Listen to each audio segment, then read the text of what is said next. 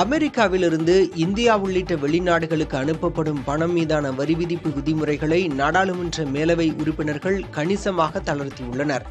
வெளிநாடுகளுக்கு அனுப்பப்படும் பணம் மீது 3.5 விழுக்காடு வரி விதிக்கப்படும் என்று அமெரிக்க அதிபர் டொனால்டு ட்ரம்ப் அறிவித்திருந்தார். இது தொடர்பாக நாடாளுமன்ற மேலவை உறுப்பினர்கள் முன்மொழிந்துள்ள மசோதாவில் வரி விகிதம் 3.5 விழுக்காட்டிலிருந்து 1% குறைக்கப்பட்டுள்ளது. மேலும் வங்கிக் கணக்குகள், நிதி நிறுவனங்கள், டெபிட் மற்றும் கிரெடிட் கார்டுகள் மூலம் அனுப்பப்படும் பணத்திற்கு இந்த வரியிலிருந்து விலக்கு அளிக்கப்பட்டுள்ளது. ரொக்கப் பணம், பண ஆணை அல்லது காசோலை மூலம் அனுப்பினால் மட்டுமே இந்த 1% வரி பொருந்தும். இந்த மசோதா ஏற்கப்பட்டால் அமெரிக்க வாழ் இந்தியர்களுக்கான வரிச்சுமை குறையும். ஈரான் ஏவுகணை தாக்குதலிலிருந்து இஸ்ரேலை பாதுகாக்க அமெரிக்கா 10,000 கோடி ரூபாயை செலவிட்டுள்ளதாக தகவல் வெளியாகியுள்ளது.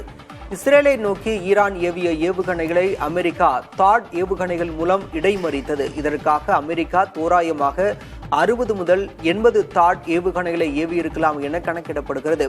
ஒரு தாட் ஏவுகணையை தயாரிக்க இந்திய மதிப்பில் 125 கோடி செலவாகும் என கூறப்படுகிறது. அதன்படி இஸ்ரேலை பாதுகாக்க அமெரிக்கா இந்திய மதிப்பில் சுமார் 10,136 கோடி ரூபாயை செலவிட்டுள்ளது. அமெரிக்கா தன்னிடம் இருந்த மொத்த தாட் ஏவுகணைகளில் 20% பயன்படுத்தி இருப்பதும் குறிப்பிடத்தக்கது. கபினி மற்றும் கிருஷ்ணராஜசாகர் அணையிலிருந்து காவிரி ஆற்றில் உபரி நீர் திறப்பு வினாடிக்கு 51,000 கனஅடியாக குறைக்கப்பட்டுள்ளது. நீர்பிடிப்பு பகுதிகளில் பெய்த மழையால் கிருஷ்ணராஜசாகர், கபினி, ஹாரங்கி, ஹேமாவதி ஆகிய அணைகளுக்கு நீர்வரத்து அதிகரித்து காணப்படுகிறது. கிருஷ்ணராஜசாகர் அணையின் கொள்ளளவான 124.80 அடியில் தற்போது முழுமையாக நிறைந்துள்ளது. கபினி அணையின் நீர்மட்டம் 84 அடியில் தற்போது 78.84 அடியாக உள்ளது. இரு அணைகளில் இருந்தும் காவிரி ஆற்றில் 51,000 கனஅடியாக குறைக்கப்பட்டுள்ளது.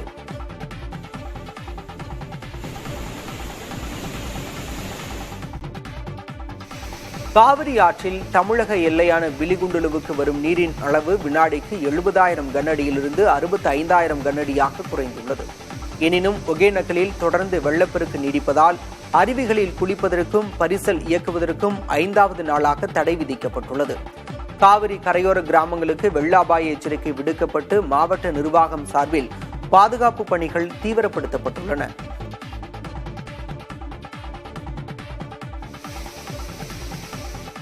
குற்றாலத்தில் சாரல் சீசன் களைகட்டியுள்ள நிலையில் அருவிகளில் குளிக்க சுற்றுலா பயணிகள் கூட்டம் அலைமோதியது. அனைத்து அருவிகளிலும் குளிப்பதற்கு அனுமதி வழங்கப்பட்டுள்ளது. ஆர்ப்பரித்து கொட்டும் தண்ணீரில் சுற்றுலா பயணிகள் உற்சாகத்துடன் குளித்து மகிழ்ந்தனர்.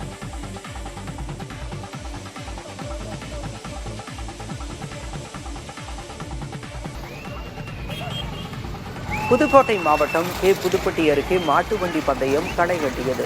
ஏத்தநாடு கிராமத்தில் அமைந்துள்ள வாதாபி வரசித்தி விநாயகர் மற்றும் அரியநாயகி அம்மன் ஆலய 48வது மண்டலாபிஷேகத்தை முன்னிட்டு நடைபெற்ற இந்த பந்தயத்தில் 31 ஜோடி மாட்டு வண்டிகள் கலந்து கொண்டன. பெரிய மாட்டு வண்டி பந்தயத்தில் 9 ஜோடி மாட்டு வண்டிகளும், சிறிய மாட்டு வண்டி பந்தயத்தில் 22 ஜோடி மாட்டு வண்டிகளும் கலந்து கொண்டன. போட்டியை சாலையின் இருபுறங்களிலும் நின்று ஏராளமான மக்கள் கண்டு ரசித்தனர்.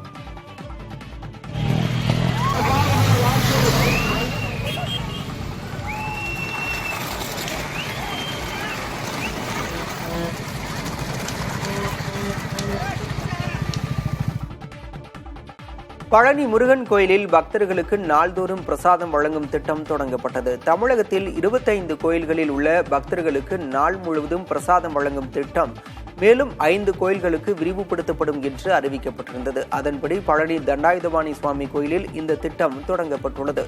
காலை 10 மணி முதல் மாலை 6 மணி வரை சாதாரண நாட்களில் 6,000 பேருக்கும், விசேஷ நாட்களில் 10,000 பேருக்கும் பிரசாதம் வழங்கப்படுகிறது.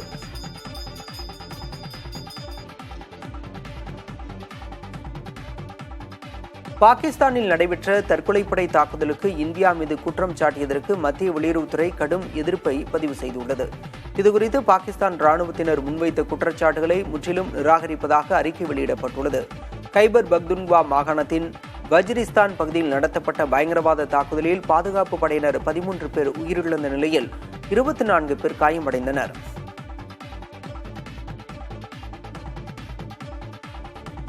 மகாராஷ்டிராவில் பள்ளிகளில் முதல் வகுப்பிலிருந்து மாணவர்களுக்கு இந்தி மொழியை பயிற்றுவிக்கும் அரசின் முடிவில் தனக்கு மாறுபட்ட கருத்து இருப்பதாக அம்மாநில துணை முதல்வர் அஜித் பவார் தெரிவித்துள்ளார். பராமதியில் செய்தியாளர்களை சந்தித்த அவர் 5ஆம் வகுப்பிலிருந்தே இந்தி மொழி கற்பிக்கப்பட வேண்டும் என்பதே தனது எண்ணம் என கூறினார். இந்தி மொழியை கட்டாயம் கற்க வேண்டும் என்ற விதி இல்லை என குறிப்பிட்ட அவர் தாய்மொழியான மராத்தியை கற்க வேண்டியதே அவசியம் என்றும் தெரிவித்தார். பள்ளிகளில் மாணவர்கள் மொபைல் போனை பயன்படுத்துவதை தடை செய்ய வேண்டும் என பள்ளிக்கல்வித்துறை உத்தரவிட்டுள்ளது. இதுகுறித்து வெளியிடப்பட்டுள்ள சுற்றறிக்கையில் மாணவர்கள் கையில் வண்ண மணிக்கட்டு பட்டைகள், மோதிரங்கள் அல்லது வேறுபாடுகள் வெளிப்படையாக தெரியக்கூடிய அடையாளங்களை அணிவதை தடை செய்ய அறிவுறுத்தப்பட்டுள்ளது. மாணவர்கள் தங்கள் சாதியை குறிப்பிடும் அல்லது சாதி தொடர்பான உணர்வுகளை வெளிப்படுத்தும் சைக்கிள்களில் பள்ளிக்கு வருவதை தவிர்க்க வேண்டும் என்றும் கூறப்பட்டுள்ளது. பள்ளி வளாகத்தில் மாணவர்கள் மொபைல் போன் பயன்படுத்துவதற்கு தடை விதிக்கவும் உத்தரவிடப்பட்டுள்ளது.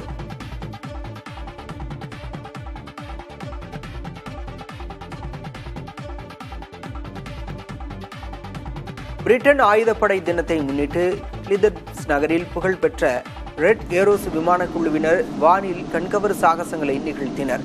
இதில் ராயல் கடற்படை, பிரிட்டன் தரைப்படை மற்றும் ராயல் விமானப்படை வீரர்கள் கலந்து கொண்டு தங்கள் திறன்களை வெளிப்படுத்தினர்.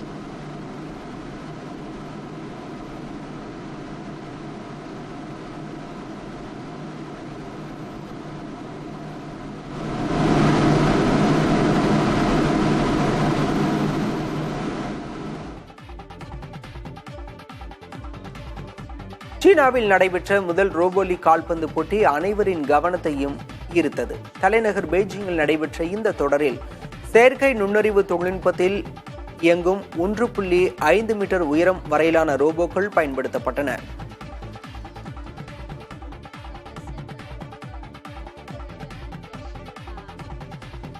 இறுதிச் சுற்றில் சிங்குவா பல்கலைக்கழகத்தின் பவர் இன்டெலிஜென்ட் அணி சீனா வேளாண்மை பல்கலைக்கழக அணியை 5-3 என்ற கோல் கணக்கில் வீழ்த்தி வெற்றி பெற்றது.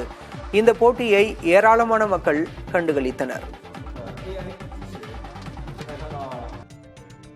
மத்திய பிரதேச மாநிலம் இந்தூர் தேவாஸ் புறவழிச்சாலையில் நடைபெற்று வரும் சாலை பணிகள் காரணமாக ஏற்பட்ட 32 மணி நேர போக்குவரத்து நெரிசலில் சிக்கி 3 பேர் உயிரிழந்தனர். சுமார் 8 கிலோமீட்டர் தூரத்திற்கு நீடித்த இந்த நெரிசலில் 4000 வாகனங்கள் சிக்கிக் கொண்டன. பலத்த மழையும் ஒரு இடத்தில் சர்வீஸ் சாலை மோசமாக இருந்ததும் போக்குவரத்து நெரிசலை அதிகரித்தன. புற்றுநோயாளிகளான கமல் பஞ்சல் மற்றும் பல்ராம் பட்டேல், நெஞ்சுவலி ஏற்பட்ட சந்தீப் பட்டேல் ஆகிய மூவரும் நெரிசலில் நீண்ட நேரம் சிக்கி மருத்துவ உதவி கிடைக்காமல் உயிரிழந்தனர். இதைத் தொடர்ந்து சர்வீஸ் சாலையை சரி செய்யும் பணிகள் மேற்கொள்ளப்பட்டன.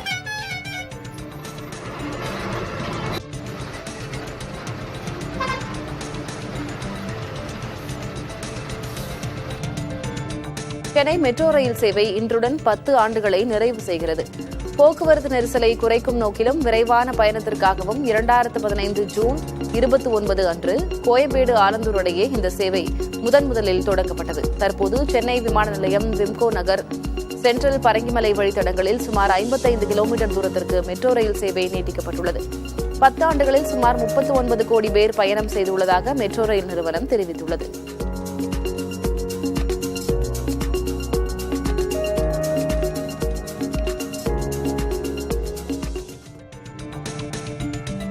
சென்னை காசிமேடு மீன்பிடி துறைமுகத்தில் மீன்களை வாங்க ஆயிரக்கணக்கானோர் குவிந்தனர். வழக்கத்தை விட மீன்களின் வரத்து அதிகரித்து காணப்பட்டது. வஞ்சிரம், வவ்வால், ஷீலா, சங்கரா போன்ற பெரிய மற்றும் சிறிய வகை மீன்கள் அதிக அளவில் வந்ததால் விலை குறைவாகவே இருந்தது. மீன் பிரியர்கள், மொத்த வியாபாரிகள், சில்லறை விற்பனையாளர்கள் என ஏராளமானோர் திரண்டதால் காசிமேடு மீன்பிடி துறைமுகம் திருவிழா கூட்டம் போல களை கட்டியது.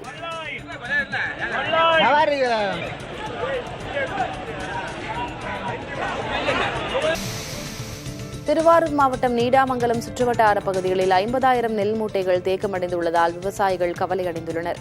அவ்வப்போது பெய்யும் மழையால் நெல்மணிகளை பாதுகாப்பதில் விவசாயிகளுக்கு கூடுதல் செலவு ஏற்படுவதாக கூறுகின்றனர். சேமிப்பு கிடங்குகள் நிறைந்திருப்பதால் இந்த நிலை ஏற்பட்டுள்ளதாகவும், விரைவில் நெல் மூட்டைகளை வேறு இடத்தில் வைக்க நடவடிக்கை எடுக்கப்பட்டு வருவதாகவும் நுகர்பொருள் வாணிப கழக மண்டல மேலாளர் தெரிவித்துள்ளார்.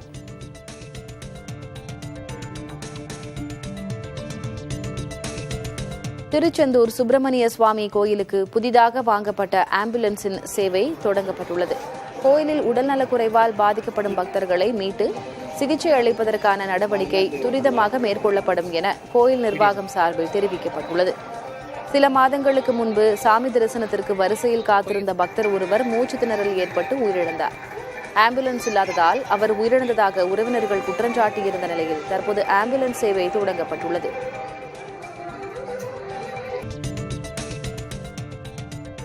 இந்தியாவில் ஆண்களிடையே தொற்றா நோய்களும் மனநல பிரச்சினைகளும் அதிகரித்து வருவதாக நிபுணர்கள் எச்சரிக்கை விடுத்துள்ளனர். ஆண்களிடையே உயர் இரத்த அழுத்தம் மற்றும் நீரிழிவு போன்ற நோய்கள் அதிகரித்திருப்பதாக கூறும் மருத்துவ நிபுணர்கள் 22 முதல் 40 வயதுக்குட்பட்ட ஆண்களிடையே நீண்ட நேரம் அமர்ந்திருப்பதால் ஏற்படும் முதுகுவலி, இருதய கோளாறுகள் ஆகியவை அதிகரித்திருப்பதாக தெரிவிக்கின்றனர். இதே வயது ஆண்களிடையே பதட்டம், மனச்சோர்வு, ஓசிடி போன்ற மனநல பிரச்சினைகளும் உயர்ந்திருப்பதாக கூறுகிறார்கள். ஆனால் ஆண்கள் பெரும்பாலும் இப்பிரச்சினைகளை கண்டுகொள்ளாமல் இருப்பதாகவும் நோய்களுக்கான ஆரம்பகட்ட அறிகுறிகளை புறக்கணிப்பதாகவும் மருத்துவ நிபுணர்கள் சுட்டிக்காட்டுகின்றனர். ஆரம்பகட்ட அறிகுறிகளை புறக்கணிக்காமல் உடனடியாக சிகிச்சை எடுத்துக்கொள்ள அறிவுறுத்தும் அவர்கள் வீட்டில் சமைத்த சத்தான உணவுகளை உட்கொள்ளுமாறும் உடற்பயிற்சி மேற்கொள்ளுமாறும் வலியுறுத்துகின்றனர்.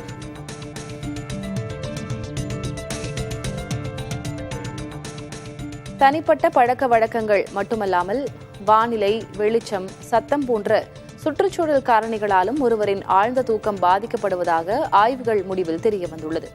பிரிட்டனில் உள்ள சர்ரே பல்கலைக்கழகத்தைச் சேர்ந்த ஆய்வாளர்கள் தூக்க பாதிப்பு தொடர்பாக ஆய்வு நடத்தினர். இந்த ஆய்வு முடிவில் படுக்கை அறையில் உள்ள அதிகப்படியான வெளிச்சம், சத்தம், வெப்பநிலை, மோசமான காற்றின் தரம் உள்ளிட்ட காரணங்களால் பெரும்பாலானோர் ஆழ்ந்த தூக்கத்தை இழப்பதாக தெரிவிக்கப்பட்டுள்ளது. மேலும் நகர்ப்புறங்களில் வசிப்பவர்கள் போக்குவரத்து சத்தம், தெருவிளக்கு வெளிச்சங்களாலும் தூக்க பாதிப்பை எதிர்கொள்வதாக ஆய்வு முடிவில் தெரிவிக்கப்பட்டுள்ளது. நாடு முழுவதும் வீடுகள் விற்பனை சரிந்து வருகிறது. சென்னையை தவிர மற்ற 6 முக்கிய நகரங்களில் கடந்த 3 மாதங்களில் வீடுகள் விற்பனை 20 விழுக்காடு குறைந்துள்ளது என அனார்க் ரியல் எஸ்டேட் ஆலோசனை நிறுவனம் தெரிவித்துள்ளது. சென்னையில் மட்டும் 11 விழுக்காடு விற்பனை அதிகரித்துள்ளது. இந்த காலகட்டத்தில் வீடுகளின் விலை 11 விழுக்காடு உயர்ந்துள்ளது. உள்நாட்டு மற்றும் வெளிநாட்டு போர்ச்சூழல் காரணமாக வீடு வாங்குவோர் காத்திருந்து பார்க்க முடிவு செய்ததே விற்பனை சரிவுக்கு காரணம் என்று கூறப்படுகிறது. கடந்த 2 ஆண்டுகளாக வீடுகள் விலை உயர்ந்து வரும் நிலையில் போர் பதற்றம் விற்பனையை பாதித்தது. தற்போது நிலைமை சீரடைந்து வட்டி வீதங்கள் குறைந்திருப்பதால் வரும் மாதங்களில் வீடுகள் விற்பனை அதிகரிக்கும் என எதிர்பார்க்கப்படுகிறது. பழனி தண்டாயுதபாணி சுவாமி கோயிலில் பக்தர்களுக்கு நாள்தோறும் பிரசாதம் வழங்கும் திட்டம் தொடங்கப்பட்டது. தமிழகத்தில் 25 கோயில்களில் உள்ள பக்தர்களுக்கு நாள் முழுவதும் பிரசாதம் வழங்கும் திட்டம் மேலும் 5 கோயில்களுக்கு விரிவுபடுத்தப்படும் என்று அறிவிக்கப்பட்டிருந்தது. அதன்படி பழனி தண்டாயுதபாணி சுவாமி கோயிலில் இத்திட்டம் தொடங்கப்பட்டுள்ளது. காலை 10 மணி முதல் மாலை 6 மணி வரை சாதாரண நாட்களில் 6000 பேருக்கும், விசேஷ நாட்களில் 10,000 பேருக்கும் பிரசாதம் வழங்கப்படுகிறது. மேட்டூர் அணை இன்று மாலை முழு கொள்ளளவான 120 அடியை எட்டும் என எதிர்பார்க்கப்படுகிறது. காவிரி நீர்பிடிப்பு பகுதிகளில் பெய்த மழையால் நீர்மட்டம் 119.22 அடியாக உள்ளது. நீர்வரத்து அதிகமாக இருப்பதால் உபரி நீர் திறப்பதற்கான ஏற்பாடுகள் நடைபெற்று வருகின்றன. எனவே காவிரி கரையோரம் வசிக்கும் மக்களுக்கு வெள்ள அபாய எச்சரிக்கை விடுக்கப்பட்டு பாதுகாப்பான இடங்களுக்கு செல்ல அறிவுறுத்தப்பட்டுள்ளது. இதனிடையே நீர்மின் நிலையங்களில் முழு அளவில் மின் உற்பத்தி தொடங்கியுள்ளது.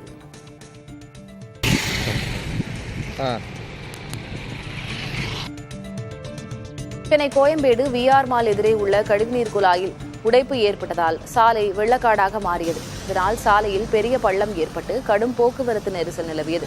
திருமங்கலத்திலிருந்து கோயம்பேடு செல்லும் சாலையில் வாகன ஓட்டிகளும் பொதுமக்களும் பெரும் சிரமத்திற்கு ஆளாகினர்.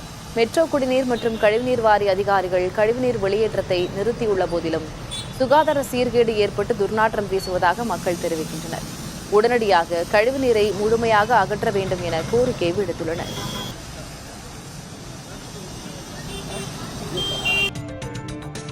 ராமேஸ்வரத்திலிருந்து மீன்பிடிக்க சென்ற 8 மீனவர்கள் எல்லை தாண்டி மீன்பிடித்ததாக இலங்கை கடற்படையால் கைது செய்யப்பட்டனர்.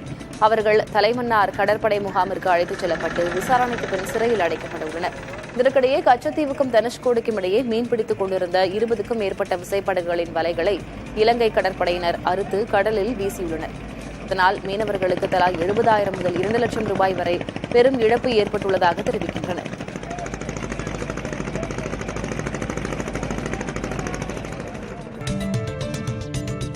அடுத்த 3 ஆண்டுகளில் பயணங்களுக்கான யூசர் இன்டர்ஃபேஸ் என்பது முற்றிலும் உரையாடல் அடிப்படையிலானதாகவும் பன்முகத்தன்மை கொண்டதாகவும் மாறிவிடும் என ட்ரிப் அட்வைசர் நிறுவனத்தின் துணைத் தலைவர் ராகுல் டோட்கர் தெரிவித்துள்ளார்.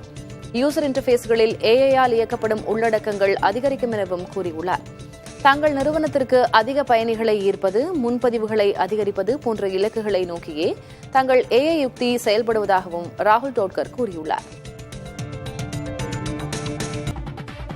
நெருக்கடி நிலை காலகட்டம் குறித்து மனம் திறந்துள்ள மூத்த காங்கிரஸ் தலைவர் கமல்நாத், பொதுத் தேர்தலுக்கு முன்னரே நெருக்கடி நிலையை திரும்பப் பெற வேண்டும் என இந்திரா காந்தியிடம் சஞ்சய் காந்தி கூறியதாக தெரிவித்துள்ளார். இருப்பினும் இந்திரா காந்தி அதனை ஏற்க மறுத்துவிட்டதாகவும், முதலில் தேர்தலை நடத்தியதாகவும் நினைவு கூர்ந்துள்ளார். மேலும் நெருக்கடி நிலையின் போது நாடு மிக ஒழுக்கமாக இருந்ததாக குறிப்பிட்ட கமல்நாத், கைது போன்ற எதிர்மறை பக்கங்கள் இருந்தாலும் அந்த காலகட்டத்தில் ரயில்கள் சரியான நேரத்தில் இயங்கியதாகவும், சட்டம் ஒழுங்கு சரியாக இருந்ததாகவும் கூறியுள்ளார்.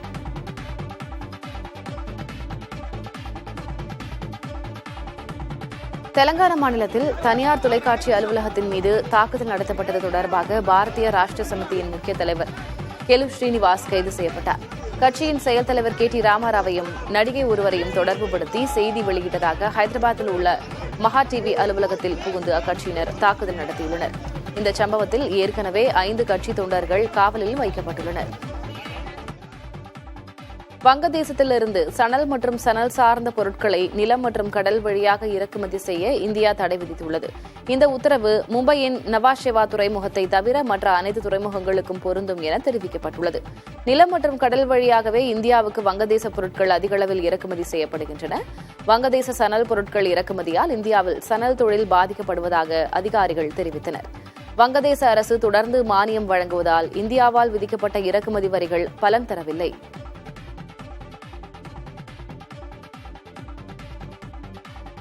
கொல்கத்தாவில் சட்டக்கல்லூரி மாணவி கூட்டு பாலியல் வன்கொடுமை செய்யப்பட்ட வழக்கில் கல்லூரி பாதுகாவலரை காவல்துறையினர் கைது செய்துள்ளனர். இதையடுத்து இந்த வழக்கில் கைது செய்யப்பட்டவர்களின் எண்ணிக்கை 4ஆக உயர்ந்துள்ளது. பாலியல் வன்கொடுமை குறித்து விசாரிக்க 5 பேர் அடங்கிய சிறப்பு விசாரணை குழுவை மாநகர காவல்துறையினர் அமைத்துள்ளனர். பாதிக்கப்பட்ட மாணவியை கல்லூரிக்கு அழைத்துச் சென்று காவல்துறையினர் விசாரித்தனர்.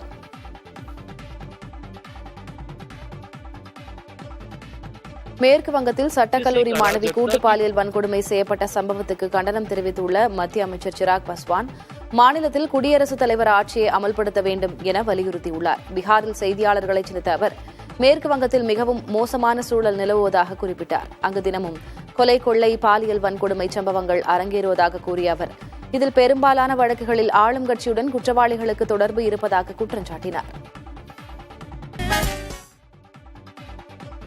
அறிமுக டெஸ்ட் கிரிக்கெட் போட்டியிலேயே தென்னாப்பிரிக்க வீரர் பிரிட்டோரியஸ் சதம் விளாசி அசத்தினார். ஜிம்பாப்வே அணிக்கு எதிரான முதல் டெஸ்டில் தென்னாப்பிரிக்க அணியில் அறிமுக வீரராக களமிறங்கிய லூஹான் பிரிட்டோரியஸ் மற்றும் தேவால் பிரிவிஸ் ஜோடி சிறப்பாக விளையாடியது. 55 ரன்களுக்கு 4 விக்கெட்டுகளை இழந்து தடுமாறிய போது இந்த இணை அணியை சரிவிலிருந்து மீட்டது. பிரிவிஸ் அரை சதம் அடித்து அசத்தினார். மறுமுனையில் சிறப்பாக விளையாடிய பிரிட்டோரியஸ் சதம் விளாசினார். மிக இளம் வயதில் அறிமுக போட்டியில் சதம் அடித்த தென்னாப்பிரிக்க வீரர் என்ற சாதனையை படைத்தார். இதற்கு முன் 1964இல் கிரேம் பொல்லாக் இந்த சாதனையை தன்வசம் வைத்திருந்தார்.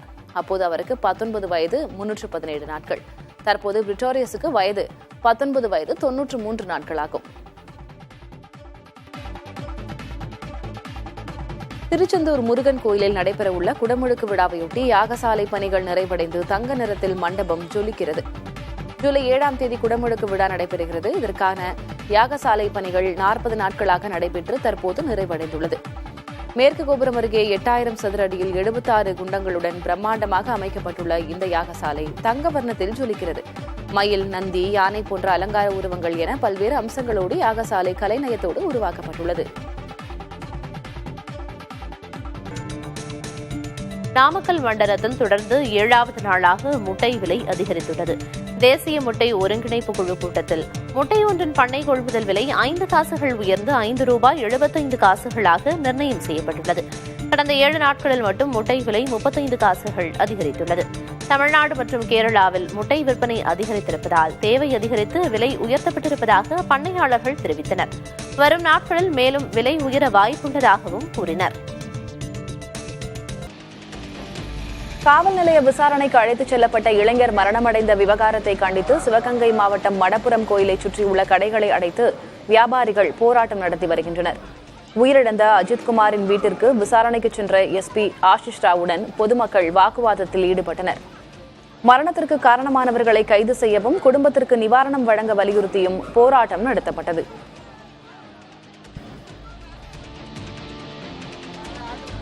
திண்டுக்கல் மாவட்டம் வேடச்சந்தூரில் புதிய மின் பகிர்மான அலுவலகம் திறப்பு விழாவின் போது அங்குள்ள குப்பை தொட்டியில் முன்னாள் முதலமைச்சர் ஜெயலலிதாவின் புகைப்படங்கள் வீசப்பட்ட வீடியோ சமூக வலைதளங்களில் வைரலாகி வருகிறது. இந்த சம்பவம் அதிமுகவினரிடையே அதிர்ச்சியை ஏற்படுத்தியுள்ளது. அமைச்சர் பங்கேற்ற விழாவில் ஜெயலலிதா படங்களை அவமதித்ததாக குற்றஞ்சாட்டியுள்ளனர். முன்னதாக மின் பகிர்மான அலுவலக திறப்பு விழாவில் அமைச்சர் சக்கரபாணி, வேடச்சந்தூர் எம்எல்ஏ, திமுக நிர்வாகிகள் கலந்து கொண்டனர். இதனிடையே ஜெயலலிதா புகைப்படத்தை குப்பையில் போடப்பட்ட சம்பவத்திற்கு கண்டனம் தெரிவித்துள்ள அதிமுக 2026 ஆண்டு தேர்தலில் தக்க பதிலடி கொடுக்கப்படும் என தெரிவித்துள்ளது.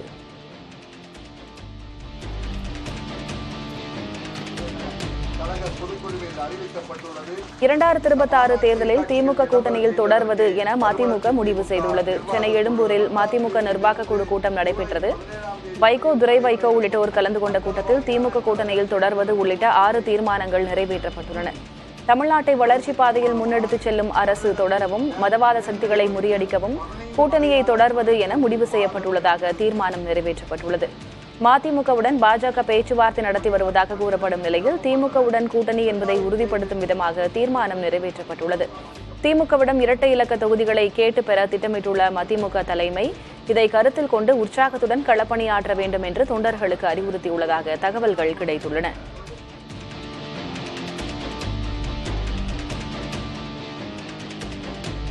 இந்தியாவின் நகர்ப்புறங்கள் எதிர்கொள்ளும் பிரச்சினைகளுக்கு தீர்வு காண்பதற்காகவே புதிதாக ஒரு கட்சி தொடங்க வேண்டும் என காங்கிரஸ் எம்பி கார்த்தி சிதம்பரம் எக்ஸ் சமூக தளத்தில் பதிவிட்டுள்ளார். தரமான கட்டமைப்பு வசதிகள், சிறந்த அடிப்படை சேவைகள் போன்றவை நகர்ப்புறங்களுக்கு தேவைப்படுவதாகவும், ஆனால் எந்த கட்சியும் இதற்கு உரிய முக்கியத்துவம் தருவதில்லை என்றும் கார்த்தி சிதம்பரம் கூறியிருந்தார். ஆனால் இதுகுறித்து கருத்து எதுவும் தெரிவிக்காமல் கடந்து செல்ல முடிவு செய்துள்ளதாக காங்கிரஸ் கட்சி வட்டாரங்கள் தெரிவித்துள்ளன. கர்நாடக மாநிலத்தில் சாதாரண உடை அணிந்து எளிய மனிதர்களாக தோன்றிய தந்தை மகன் 4 கோடி மதிப்புள்ள லாம்போகினி காரை வாங்கிச் செல்லும் புகைப்படங்கள் சமூக வலைதளங்களில் வைரலாகியுள்ளன. பெங்களூருவைச் சேர்ந்த தந்தை மகன் 4 கோடியே 61 லட்சம் ரூபாய் மதிப்புள்ள லாம்போகினி ஸ்டெரட்டோ சொகுசு காரை வாங்கிச் சென்றனர். லாம்போகினி ஸ்டெரட்டோ சொகுசு கார் 2022 அறிமுகப்படுத்தப்பட்டது. இதுவரை 1499 கார்கள் மட்டுமே விற்பனையாகியுள்ளன. இந்தியாவுக்கு 15 கார்கள் மட்டுமே ஒதுக்கப்பட்டுள்ளன. பிரிட்டன் ஆயுதப்படை நாளை முன்னிட்டு கிளீதர்ப்ஸ் நகரில் புகழ்பெற்ற ரெட் ஆரோஸ் விமானக்குழுவினர் வானில் கண்கவர் சாகசங்களை நிகழ்த்தினர். இதில் ராயல் கடற்படை, பிரிட்டன் தரைப்படை மற்றும் ராயல் விமானப்படை வீரர்கள் கலந்து கொண்டு தங்கள் திறன்களை வெளிப்படுத்தினர். இந்த நிகழ்வை சுமார் 2 லட்சத்திற்கும் அதிகமானோர் கண்டுகளித்ததாக ராயல் விமானப்படை தரப்பில் தெரிவிக்கப்பட்டுள்ளது. ஒரு குறிப்பிடத்தக்க அறிவியல் முன்னேற்றமாக சுமார் 2500 ஆண்டுகளுக்கு முன்பு கீழடியில் வாழ்ந்த 2 ஆண்களின் முகங்கள் முப்பரிமாணத்தில் வெற்றிகரமாக மறு உருவாக்கம் செய்யப்பட்டுள்ளன. இங்கிலாந்தில் உள்ள லிவர்பூல் ஜான் மூர்ஸ் பல்கலைக்கழகத்தின் உதவியோடு இந்த 3D உருவத்தை மதுரை காமராஜர் பல்கலைக்கழக ஆராய்ச்சியாளர்கள் உருவாக்கியுள்ளனர். கொந்தகை பகுதியில் உள்ள இடுகாட்டில் கண்டெடுக்கப்பட்ட மண்டை ஓடுகளை வைத்து இந்த முப்பரிமாணம் வடிவமைக்கப்பட்டுள்ளதாக தெரிவிக்கப்பட்டுள்ளது. புனரமைக்கப்பட்ட முகங்கள் பெரும்பாலும் தென்னிந்திய தன்மையுடன் காணப்படுகின்றன. அத்துடன் மேற்கு யுரேஷிய மற்றும் ஆஸ்ட்ரோ ஆசிய மக்களின் நுட்பமான அடையாளங்களும் தென்படுவதாக ஆராய்ச்சியாளர்கள் தெரிவித்துள்ளனர். முகங்களின் மேல் பாதி பகுதிகள் மிகவும் துல்லியமாக இருக்கும் நிலையில் கீழ் தாடைகள் கிடைக்காததால் கீழ்பாதி பகுதிகள் தோராயமாக மதிப்பிடப்பட்டுள்ளன. இந்த முப்பரிமாண படங்களை அமைச்சர் TRP ராஜா தனது எக்ஸ் தள பக்கத்தில் ஃபேசஸ் ஆஃப் கீழடி என்ற ஹேஷ்டேகுடன் பகிர்ந்திருக்கிறார்.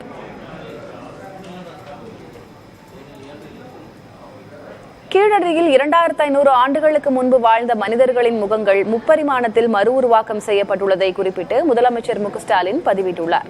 இதுகுறித்து எக்ஸ் வலைதளத்தில் அவர் வெளியிட்ட பதிவில், சங்க இலக்கிய சொற்களால் வடித்த வாழ்வியல் எல்லாம் அறிவியல் வழி நிறுவப்பட்ட சான்றாக கீழடியில் என குறிப்பிட்டுள்ளார். கீழடியில் கிடைத்த மண்டை ஓடுகளை வைத்து மறு உருவாக்கம் செய்யப்பட்ட முப்பரிமாண முகங்கள் வெளியிடப்பட்ட நிலையில் இங்கிலாந்து பல்கலைக்கழகம் மூலம் மறு உருவாக்கம் செய்யப்பட்ட 3D படங்களை மேற்கோள் காட்டி முதலமைச்சர் ஸ்டாலின் இந்த பதிவை வெளியிட்டுள்ளார்.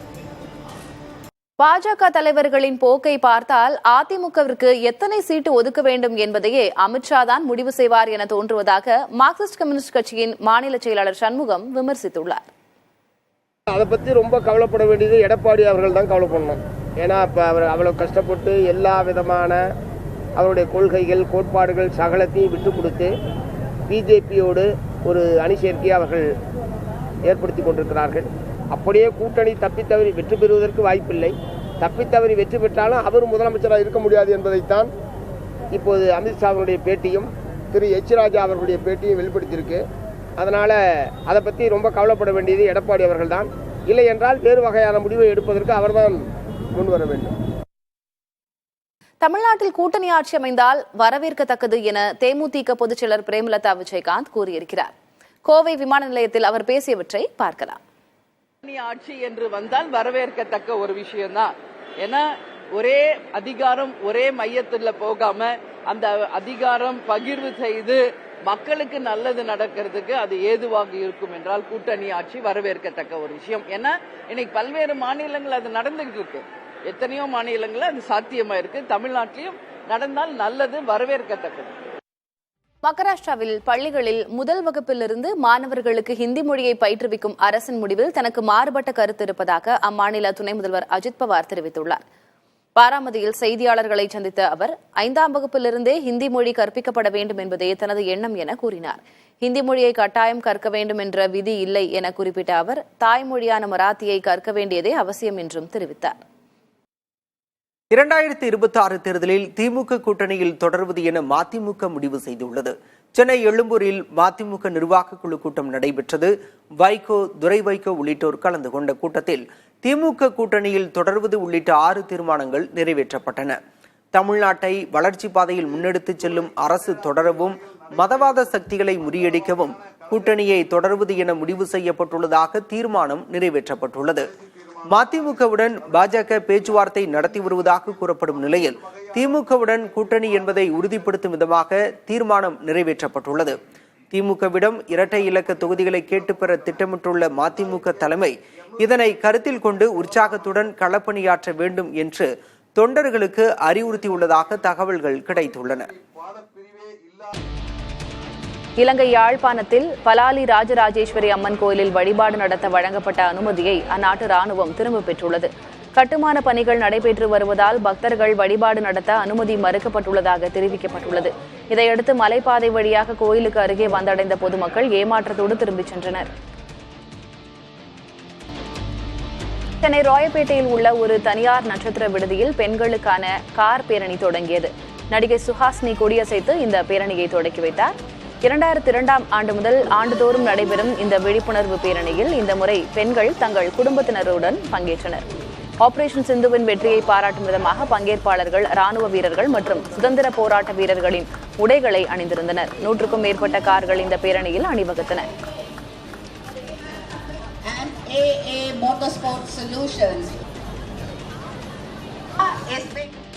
இந்த வருஷம் தீம் வந்து ரொம்ப டச்சிங்கா, ரொம்ப with love and with gratitude we want to offer to all, to our country, to all the heroes who are keeping us safe and alive. So a big salute to all the heroes in uniform. ரயில் பயணிகளுக்கு இந்திய railway சார்பில் வழங்கப்படும் சிக்கன உணவின் video சமூக வலைதளங்களில் வைரலாகி வருகிறது. 7 பூரிகள், உருளைக்கிழங்கு கறி மற்றும் ஊறுகாய் அடங்கிய இந்த உணவு பொதுப்பேட்டி பயணிகளுக்கு வெறும் 15 ரூபாய்க்கு வழங்கப்படுகிறது. 20 ரூபாய்க்கு தண்ணீர் பாட்டிலுடன் இந்த உணவு கிடைக்கிறது. பயணிகளுக்கு அடிப்படை உணவு கிடைப்பதை நோக்கமாக கொண்டு இந்த திட்டம் தொடங்கப்பட்டுள்ளதாக தெரிவிக்கப்பட்டுள்ளது. இந்திய ரயில்வேயின் இந்த மலிவு விலை உணவு திட்டத்தை பலரும் பாராட்டி வருகின்றனர். தமிழ்நாட்டில் போதைப் பொருள் இவ்வளவு சுதந்திரமாக புழங்குவதற்கு காரணம் திமுக அரசுதான் என நடிகையும் அதிமுக நிர்வாகியுமான காயத்ரி ரகுராம் குற்றம் சாட்டியுள்ளார். போதைப் பொருள் அடிமையாகிறது வந்து அதுக்கு வந்து மிக குற்றச்சாட்டு நான் யார் மேல வைப்பேன்னா திமுக மேலதான் வைப்பேன். போதைப் பொருள் வந்து இங்க வந்து ஃப்ரீயா நடமாடுறது அப்படின்னு பாத்தீங்கன்னா அதுக்கு மிக முக்கிய காரணம் அரசு ஒழுங்கா இல்லை அப்படின்றதுதான். அரசு ஒரு மெத்தன போக்கு, சட்ட ஒழுங்கு எதுவுமே சரியில்லை. இன்னைக்கு அந்த போதைப் பொருள்னால ஏகப்பட்ட குற்றங்கள்.